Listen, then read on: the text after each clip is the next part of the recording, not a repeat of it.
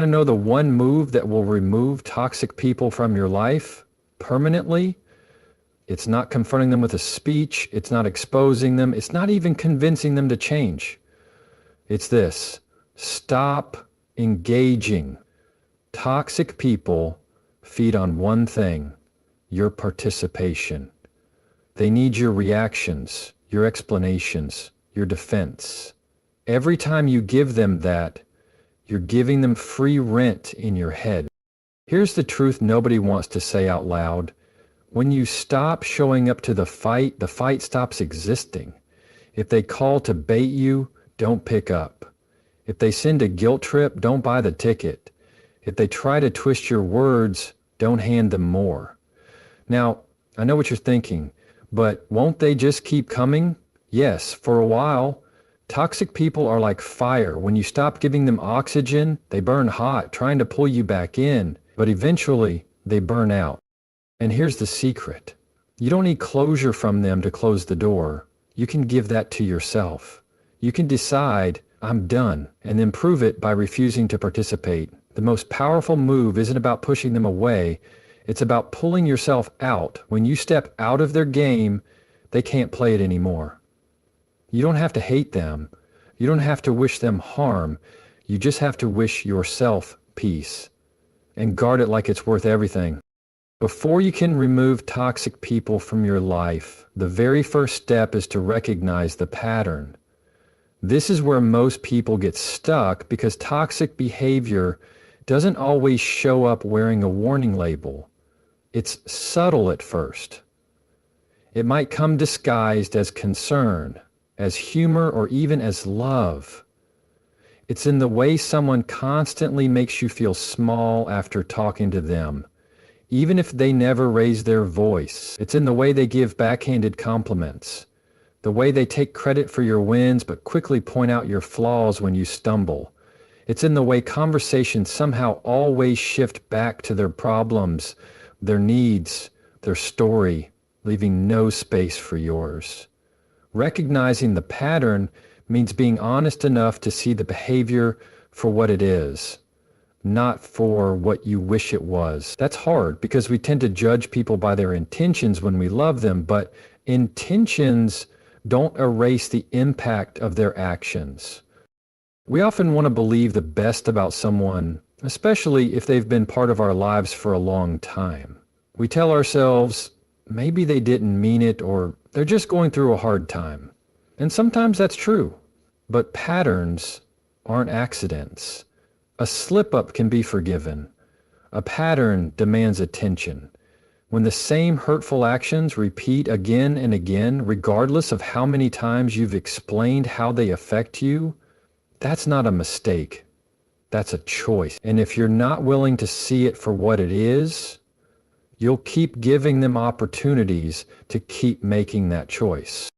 Recognition is uncomfortable because it forces you to confront your own role in the cycle. No, you're not responsible for someone else's toxic behavior, but you are responsible for whether you continue to allow it in your life. This is where self-awareness comes in. Ask yourself, how do I feel after spending time with this person? Do I feel supported or do I feel drained? Do I feel seen or do I feel invisible? Am I always the one compromising while they never budge? Those questions shine a light on the reality you might have been trying to avoid. You also have to be willing to separate the person from the picture you've painted of them in your mind. Many times we hold on to a version of someone that existed years ago, or a version we hoped they could become. But holding on to that version blinds us to the truth of who they are today. And if who they are today is consistently hurting you, dismissing you, or manipulating you, then recognizing that truth is the most loving thing you can do for yourself.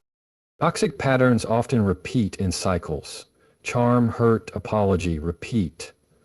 They might treat you kindly for a while to make you forget the last incident, but eventually the same behavior returns. Recognizing the pattern means seeing through the temporary kindness and understanding that it's part of the cycle. Not proof that things are changing. It's realizing that an apology without changed behavior is just another form of manipulation. When you start to see the pattern, you might also notice it's not just in this one relationship. You might see similarities with other people, feel familiar, and that familiarity tricks us into thinking it's normal. It's not. Just because you've experienced a behavior repeatedly in your life doesn't make it healthy or acceptable. Recognizing the pattern means breaking that sense of this is just how people are and replacing it with this is not how I want to be treated.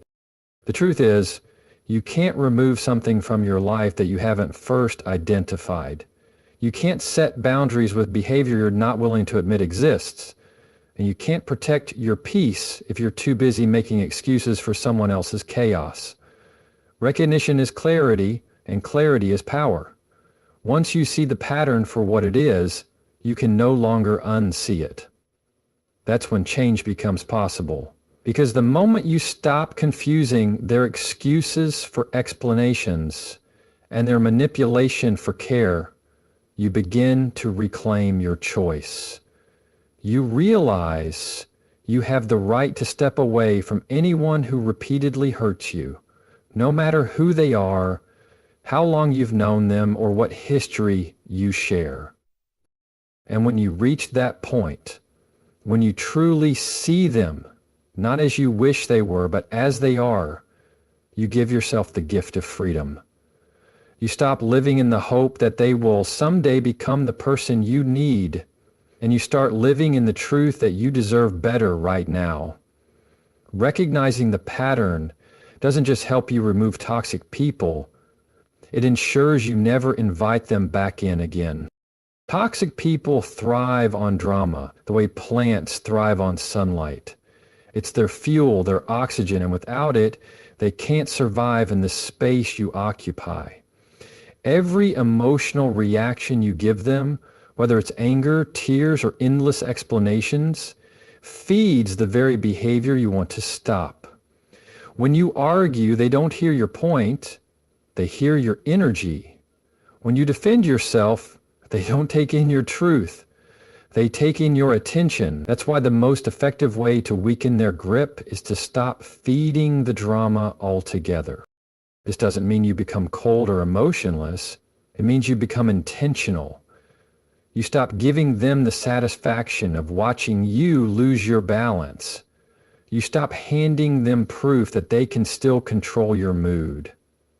Drama is addictive for toxic people because it keeps them at the center of your focus, and as long as they're in the center, you're on the edge. But when you refuse to play the game, they lose the thrill. Your silence is not weakness. In fact, it's one of the most powerful tools you have. Silence says, I'm not here to entertain your chaos. It communicates that you value your peace more than you value winning an argument. And in the mind of a toxic person, they're used to getting a reaction. They're used to pulling your strings and watching you dance. When the dance stops, they have nothing to work with.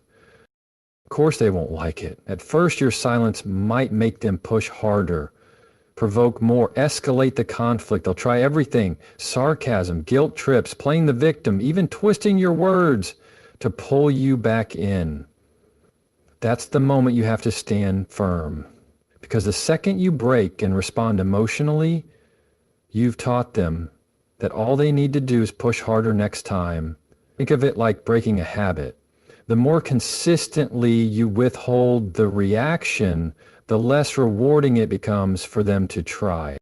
Not feeding the drama also means being selective with your words when you do speak. You don't owe them a detailed explanation for every choice you make. You don't have to justify your boundaries. You can keep your responses short, neutral, and calm. I'm not discussing this. That's your opinion. We'll have to agree to disagree. These phrases close the door instead of opening another round of back and forth. And the more you practice this, the more natural it becomes. Another part of starving the drama is controlling your own triggers. Toxic people are experts at finding the buttons that set you off. They know your insecurities, your frustrations, your fears, and they know how to push them. But when you become aware of those triggers, you can prepare for them. You can remind yourself that their words are not truth. They're bait, and bait only works if you bite. It's also worth remembering that drama doesn't just happen in conversations. It can happen in texts, emails, social media posts. Sometimes the most powerful move is to not respond at all, or to wait until you're calm before replying. A delayed response is better than a reactive one, because once you send that emotional message, you can't take it back. And toxic people will store it, twist it, and use it later. When you stop feeding the drama, you start reclaiming your mental energy. You begin to notice that you're not constantly on edge, waiting for the next confrontation. You have more space to focus on people who bring value, conversations that matter, and experiences that actually make you feel good. The toxic person might still try to pull you in from time to time, but each attempt will feel weaker, less urgent, less effective. Eventually the pattern changes, not because they've suddenly become healthy, but because you've stopped giving them the reward they came for. You've made their game boring, and once it's boring, they either change their approach or they move on to find someone else to play with. Either way, you win. Starving the drama is not about punishing them. It's about protecting you. It's about refusing to let someone else dictate your emotional state. When you no longer give them the reaction they're fishing for, you're not just removing yourself from the conflict, you're showing yourself that your peace is worth more than their chaos. And once you taste that kind of peace, you'll never be willing to trade it back for noise. Setting a boundary without an argument is one of the most powerful skills you can develop when dealing with toxic people. Many of us make the mistake of thinking that we need to justify, explain, or defend every no we say. We believe that if we give enough reasons, the other person will understand and respect our limits. But here's the truth. Toxic people aren't looking for understanding.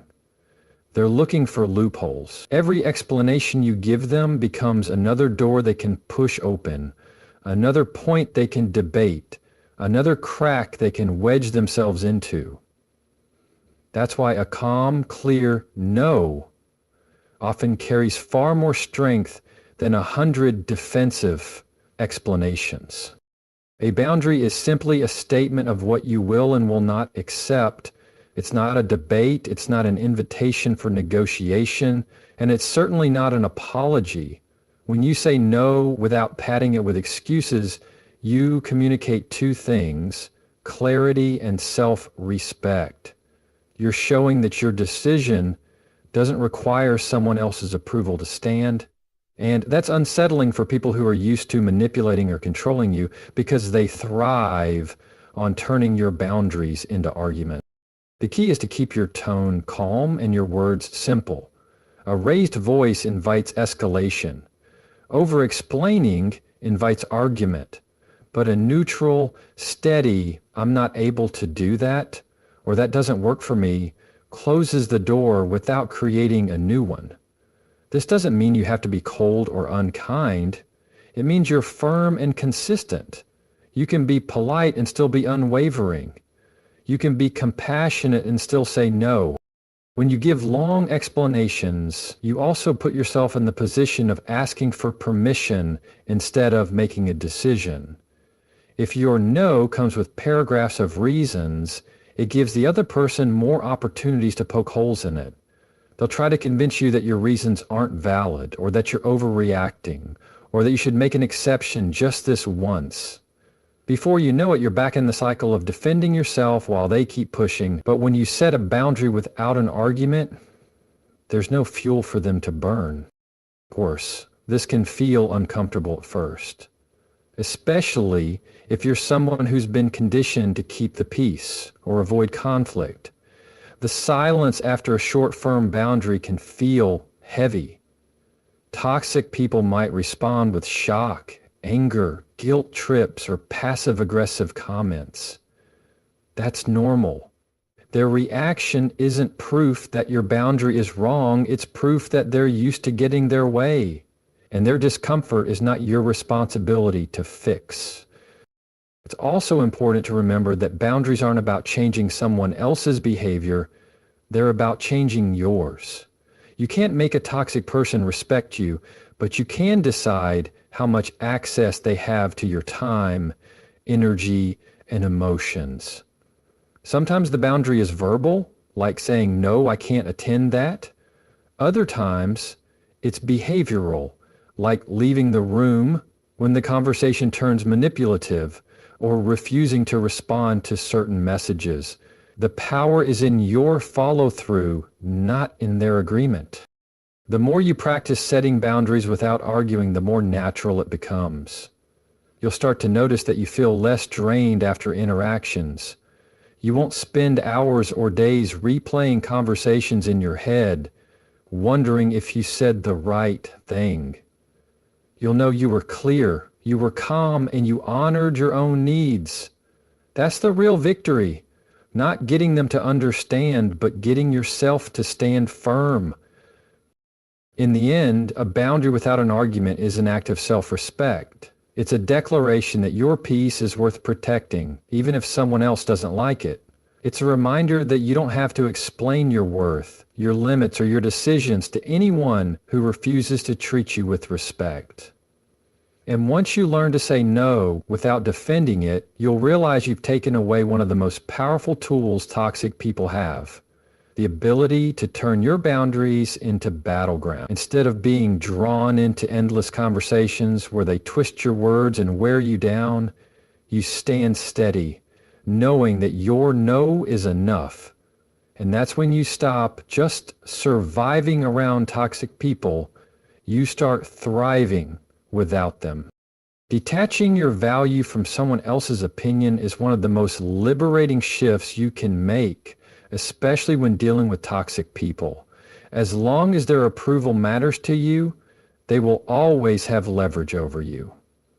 They'll know exactly how to keep you chasing it by giving it in small doses, then taking it away without warning.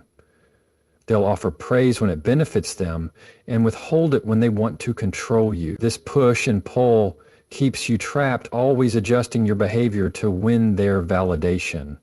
But the moment you decide that your worth is not tied to their opinion, their control over you begins to crumble. This detachment doesn't mean you stop caring about people or their feelings.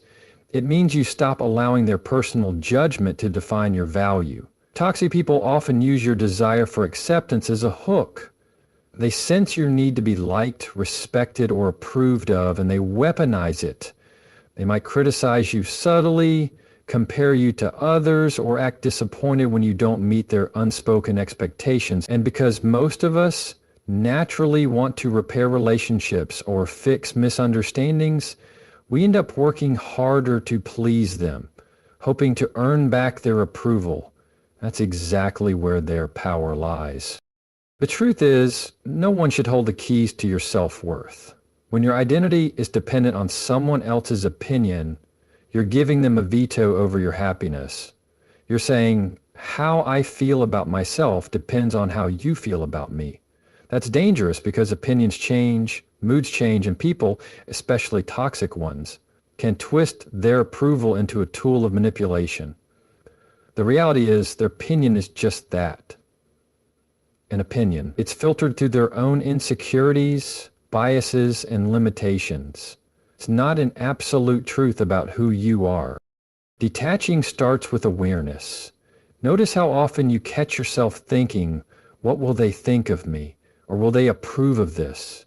If your decisions are constantly shaped by fear of their reaction, you've given them influence over parts of your life they have no right to control. The shift happens when you begin to make choices based on your own values, not their expectations. Instead of asking, will this please them? You ask, is this right for me? This can feel uncomfortable at first because toxic people are likely to react negatively when they sense they're losing control. They may accuse you of being selfish, distant, or ungrateful. They may even double down on criticism, trying to pull you back into the cycle. But their discomfort isn't proof that you're wrong. It's proof that you're breaking the dynamic that kept you tied to them. The most freeing realization is that you do not need their praise to validate your worth, and you do not need their criticism to question it. You are not defined by their interpretation of you. Once you internalize that truth, you can listen to their opinions without absorbing them. You can acknowledge their words without letting them sink into your identity. You become unshakable, not because everyone loves what you do, but because your self-esteem is rooted in something deeper than approval. It's rooted in self-respect. As you practice detachment, you'll notice a change in how you interact with them. You'll no longer feel the urge to over-explain your choices or justify your boundaries. You'll stop bending yourself into shapes to avoid their disapproval. You'll start living in alignment with your own standards and values. And that authenticity will attract healthier relationships into your life. Detaching your value from their opinion doesn't make you cold. It makes you free. It allows you to engage with people from a place of choice, not dependency. You can appreciate kind words without needing them, and you can hear criticism without being destroyed by it. And when you reach that place, something powerful happens. Those who once tried to control you realize they no longer can. Their approval loses its hold, their disapproval loses its sting, and their manipulation loses its effectiveness. The moment their approval stops mattering, their control ends. You step out of the cage they built and realize the door was never locked. You just had to stop waiting for them to open it. Once you close that chapter, you're not just removing their influence, you're reclaiming your voice, your choices, and your peace. And no one gets to take that away from you again. Investing in your inner peace is one of the smartest and most powerful things you can do for yourself, especially if you've dealt with toxic people. Inner peace is not just about feeling calm. It's about building a foundation inside yourself that no one can easily shake. When your mind is grounded and your emotions are steady, you naturally become more selective about the people you allow into your life. The energy you protect on the inside ends up shaping the relationships and experiences you attract on the outside. Many people make the mistake of waiting for peace to happen when life gets easier. They think once this person changes or once this situation improves, I'll feel better. But inner peace isn't something that arrives after everything else falls into place. It's something you create and guard, regardless of what's happening around you. And the truth is, the more you protect it, the less control toxic people have over you. They can still try to push your buttons, but those buttons no longer have the same effect because you've built a buffer of calm inside yourself. Investing in your inner peace starts with paying attention to what disturbs it. Notice who or what makes you feel anxious, drained, or unsettled. Sometimes it's obvious, like a person who constantly criticizes or belittles you. Other times it's more subtle, like someone who always leaves you second-guessing yourself. Once you identify the sources of that disturbance, you can take steps to limit your exposure or change how you respond. This isn't about controlling the world. It's about controlling what you allow into your mental and emotional space. One of the most powerful tools for maintaining inner peace is setting boundaries. Boundaries aren't just about keeping people out. They're about keeping your peace in. They create a clear line between what's yours to carry and what isn't. When you have healthy boundaries, you stop absorbing other people's moods, opinions, and chaos. You're able to interact with others without losing your sense of self in the process. Another key part of investing in your inner peace is learning to manage your own thoughts. Toxic people can plant seeds of doubt, guilt, or anger in your mind, but you have the power to decide whether you let those seeds grow. Practicing mindfulness, journaling, or even just pausing before reacting can help you separate your feelings from their influence. The more aware you are of your own mental patterns, the less likely you are to be pulled into someone else's drama. Self-care plays a huge role too. This isn't just about spa days or vacations. It's about creating daily habits that support your well-being. Whether it's exercising, reading, spending time in nature, or simply taking quiet moments to breathe, these small acts strengthen your emotional resilience. The stronger you are internally, the harder it is for toxic people to destabilize you. And here's where the shift really happens. When you consistently invest in your inner peace, you start attracting different kinds of people. Those who thrive on chaos and manipulation will naturally lose interest because you no longer give them the reaction they want. On the other hand, people who value respect, kindness, and balance will be drawn to you because they can feel the stability you carry. Your internal state becomes a filter for your external world. Eventually, you realize that protecting your peace isn't selfish, it's essential. You're not pushing people away, you're protecting the space for the right ones to come closer. You're not shutting yourself off from the world, you're choosing to engage with it in a way that doesn't cost you your mental health. When you treat your inner peace like it's priceless, the world starts treating you like you're priceless too. The conversations you have, the relationships you keep, and the opportunities you receive all start to align with the calm and confidence you've built inside. And in time, you'll look back and realize that investing in your inner peace didn't just protect you, it transformed your entire life. Because when you protect what's within, everything outside eventually reflects it. Walking away without announcement is one of the most underrated and yet most powerful moves you can make when dealing with toxic people. We often think we owe them a big explanation, a final speech, or a dramatic confrontation to set the record straight. But the truth is, you don't need to make a scene to make a change. In fact, for some people, the quieter your exit, the more effective it is. Toxic people feed on attention, whether it's positive or negative, and giving them a grand farewell only gives them one last meal. The most powerful thing you can do is simply stop showing up for their chaos. When you quietly remove yourself, you take away their platform. You stop giving them the audience they've been performing for. You stop being a character in the story they're trying to control. This doesn't mean you're being passive. It means you're choosing a strategy that denies them the drama they crave. A loud exit can spark retaliation, but a silent one leaves them with nothing to react to. This kind of walking away starts long before you physically leave. It begins with emotional detachment. You stop engaging in the same arguments. You stop answering baiting messages. You stop explaining yourself to someone who isn't listening. Over time, you reduce their access to you until the chaos they once brought into your life can't reach you anymore. It's like closing a door and quietly locking it.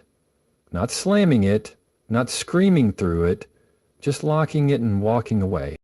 The challenge is resisting the urge to defend yourself. When you choose silence, they might spread lies about you, twist the story, or play the victim.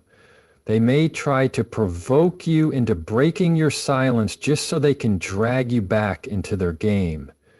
This is where you need to remember that your peace is worth more than their version of the truth.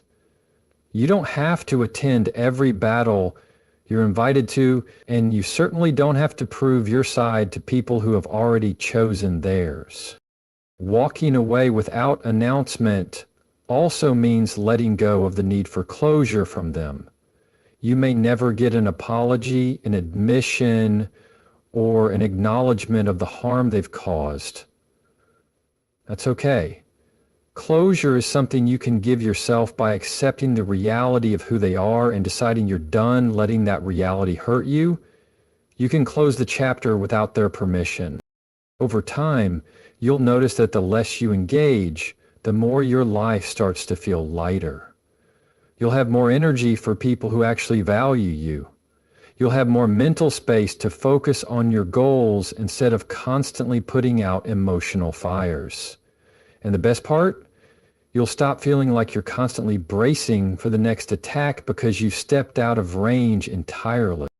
The beauty of a quiet exit is that it speaks volumes without you having to say a word. Your absence becomes your statement. Your lack of reaction becomes your boundary. Your silence becomes the proof that you're no longer available for their chaos. And in the long run, it's far more effective than any argument you could make, because it shifts the power back to you. You don't have to slam the door for it to close. You don't have to shout for your voice to be heard. Sometimes the strongest, loudest message you can send is simply not being there anymore. And when you master the art of walking away without announcement, you stop just escaping toxic people, you rise above them entirely. In that space, there is no chaos, no manipulation, no drama, only the peace you chose for yourself. And once you taste that peace, you'll never again feel the need to explain why you left. In the end, removing toxic people from your life isn't about fighting harder. It's about choosing differently. It's recognizing the patterns for what they are, refusing to feed their drama, setting firm boundaries without turning them into arguments, detaching your worth from their approval, investing deeply in your own inner peace, and when necessary, walking away without a word. Each of these steps is a statement that you value your well-being more than their chaos. You're not trying to change them, you're choosing to protect yourself. And when you do, you open the door to healthier relationships, calmer days, and a stronger, freer version of yourself.